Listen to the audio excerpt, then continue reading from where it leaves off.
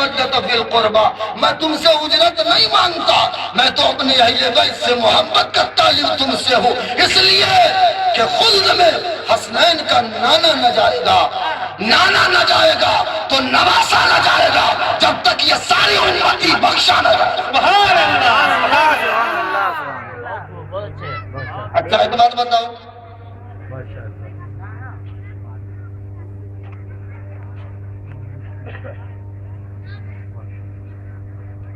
نبی نے مانگا کہ ہر لمحہ کیا مانگا؟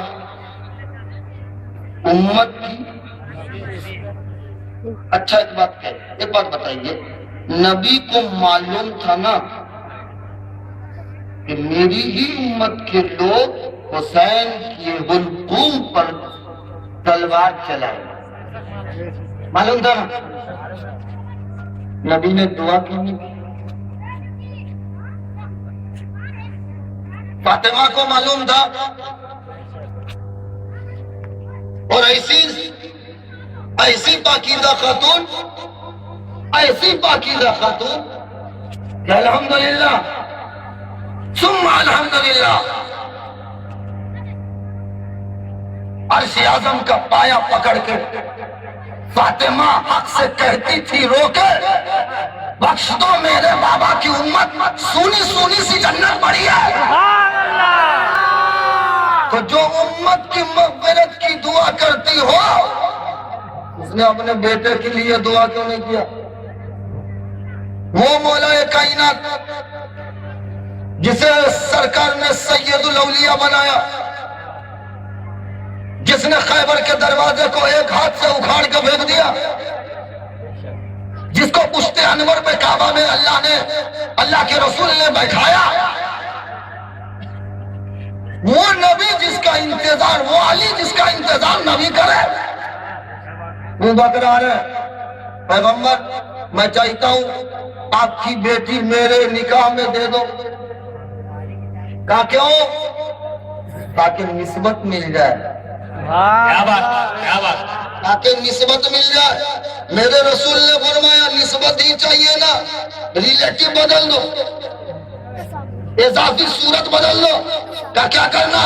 کہ اپنی بیٹی عائشہ میرے نکاح میں دے دو، نسبت مل جائے گی۔ فاروق اعظم آئے، یہ اللہ کے پیغمبر میں چاہتا ہوں نسبت مل جائے۔ کہا کیا ہے؟ عریضہ پیش کرو، میں چاہتا ہوں فاطمہ میرے نکاح میں دے دو۔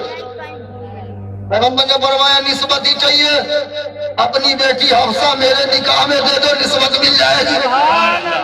لیکن جب علی آئے، کیا بات ہے، لیکن جب علی آئے پیغمبر کہتا ہے کیا خیال ہے علی، کیا کہنا چاہتے ہو؟ پیغمبر کے اس سوال پر مولا علی نے مرجھائے ہوئے انداز میں کہا سرکار چاہتا ہوں فاطمہ کا ہاتھ مانگنے آیا ہوں۔ سرکار نے فرمایا یہی تو میں انتظار میں تھا۔ کیا بات ہے، کیا بات ہے۔ فاطمہ جیسی پاکیزہ کے لیے ایسا ہی پاکیزہ شوہر چاہیے تھا جس کی پیدائش کعبے میں ہو۔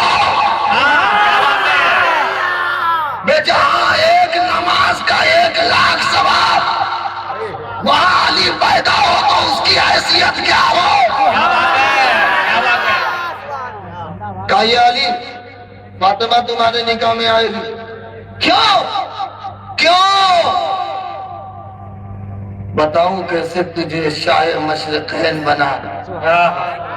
علی کا چین نبوت کا نور عین، بولو بتاؤ کیسے تجھے شاہ مشرقین، علی کا چین نبوت کا نور عین، علی کا خون لعاب رسول دودھ بطول، ملے ہیں جب یہ عناصر تو پھر حسین۔ اے علی تمہارا انتخاب اللہ نے کر لیا ہے، فاطمہ کے لیے تمہارا انتخاب کس نے کیا؟ اللہ نے کر۔ اچھا ایک حدیث بیان کی جاتی ہے لیکن آج تک اس کا فلسفہ بیان نہیں ہوتا۔ حضرت کہہ دوں شاید سند بھی آپ کی مل جائے، ایک عالم جلیل ہے، حدیث بیان کی جاتی ہے اور ساری دنیا جانتی ہے۔ ساری دنیا جانتی ہے۔ ابھی حضرت نے ایک بات کہی کہ امام دیکھو، کیا دیکھو؟ بولو، امام دیکھو، امام نہ دیکھو۔ حضرت عبداللہ بن مسعود رضی اللہ تعالیٰ عنہ ارشاد فرماتے ہیں الجماعہ، ہم لوگ کس چیز کے ماننے والے؟ اہل سنت و بولو اہل سنت۔ حضرت عبداللہ بن مسعود فرماتے ہیں، اچھا کتاب کا نام بتا دوں؟ بولیے۔ حضرت علامہ ابن قیم جوزی نے اپنی کتاب اغاثۃ اللہفان میں اس قول کو ذکر کیا۔ عبداللہ بن مسعود فرماتے ہیں الجماعہ، جماعت کیا ہے؟ فرماتے ہیں من وافق الحق ولو كنت وحدك ان كنت شخصا واحدا، اگر کوئی حق کی موافقت کرے، اگر کوئی حق کی موافقت کرے، اگرچہ تو تنہا ہی کیوں نہ ہو، اگرچہ وہ شخص واحد ہی کیوں نہ ہو، اگر وہ حق کی موافقت کرتا ہے تو وہ تنہا اکیلا ساری جماعت پر بھاری ہے۔ معلوم ہے کیوں؟ معلوم ہے کیوں؟ یہ نہ دیکھنا 22,000 ہے، ادھر تو 72 ہے، ادھر 72 ہے، ادھر 22,000 ہے۔ ابے یہ تو اس لیے تعداد رکھی گئی تھی، توجہ چاہتا ہوں، یہ تو اس لیے رکھی گئی تھی کہ نبی نے پہلے کہا تھا ستفترق من امتی علی 73 ملہ کلہم فی النار الا ملۃ واحدہ۔ قالوا ما هو یا رسول اللہ؟ قال رسول اللہ صلی اللہ علیہ وسلم ما انا علیہ واصحابی۔ نہ سمجھ میں آیا ہو ابھی ترجمہ کروں گا، بولو۔